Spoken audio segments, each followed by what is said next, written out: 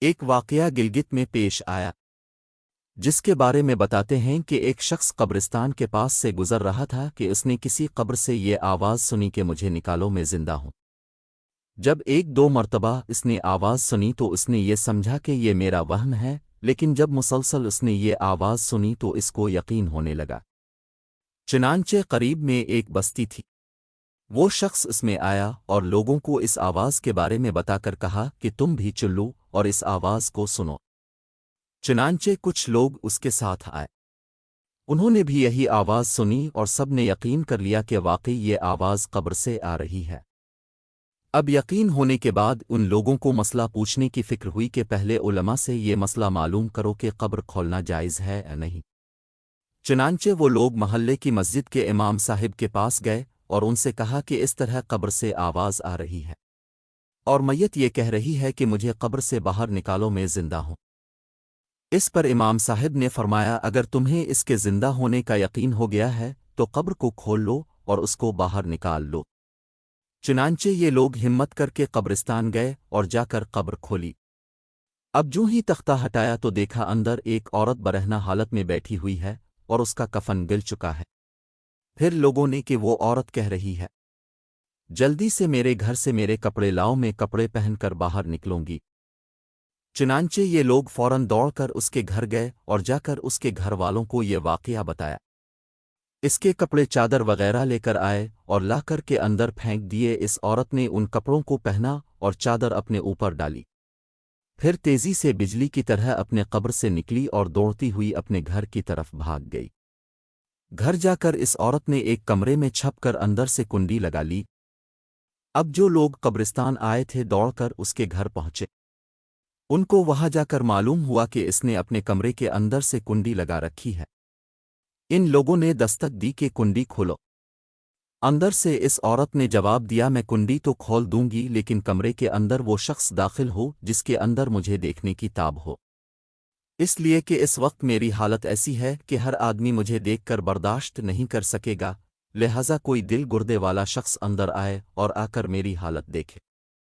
اب سب لوگ اندر جانے سے ڈر رہے تھے مگر دو چار آدمی جو مضبوط دل والے تھے، انہوں نے کہا کہ تم کنڈی کھولو، ہم اندر آئیں گے۔ اس نے کنڈی کھول دی اور کچھ لوگ اندر چلے گئے۔ لوگوں نے اندر جا کر دیکھا وہ عورت اپنے آپ کو چادر میں چھپائے بیٹھی ہوئی تھی۔ جب یہ لوگ اندر پہنچے تو اس عورت نے سب سے پہلے اپنا سر کھولا۔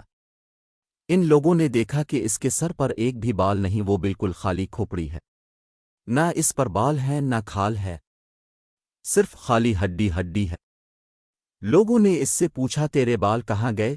اس عورت نے جواب دیا کہ جب میں زندہ تھی تو ننگے سر گھر سے باہر نکلا کرتی تھی، پھر مرنے کے بعد جب میں قبر میں لائی گئی تو فرشتوں نے میرا ایک ایک بال نوچا اور اس نوچنے کے نتیجے میں بال کے ساتھ کھال بھی نکل گئی۔ اب میرے سر پر نہ بال ہیں نہ کھال ہے۔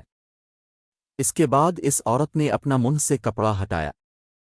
جب لوگوں نے اس کا منہ دیکھا تو اتنا خوفناک ہو چکا تھا کہ سوائے دانتوں کے کچھ نظر نہیں آیا، نہ اوپر کا ہونٹ موجود تھا نہ نیچے کا ہونٹ موجود تھا، بلکہ 32 کے 32 دانت سامنے جڑے ہوئے نظر آ رہے تھے۔ سوچئے اگر کسی انسان کے صرف دانت ہی دانت نظر آئے تو کتنا ڈر اور خوف معلوم ہوتا ہے۔ اب ان لوگوں نے اس عورت سے پوچھا تیرے ہونٹ کہاں گئے؟ اس عورت نے جواب دیا میں اپنے ہونٹوں پر لپسٹک لگا کر نامحرم مردوں کے سامنے جایا کرتی تھی، اس کی سزا میں میرے ہونٹ کاٹ لیے گئے، اس لیے اب میرے چہرے پر ہونٹ نہیں ہے۔ پھر اس عورت نے اپنے ہاتھ اور پیروں کی انگلیاں کھولی۔ لوگوں نے دیکھا کہ اس کے ہاتھ اور پیروں کی انگلیوں میں ایک بھی ناخن نہیں تھا، تمام انگلیوں کے ناخن غائب تھے۔ اس سے پوچھا تیری انگلیوں کے ناخن کہاں گئے؟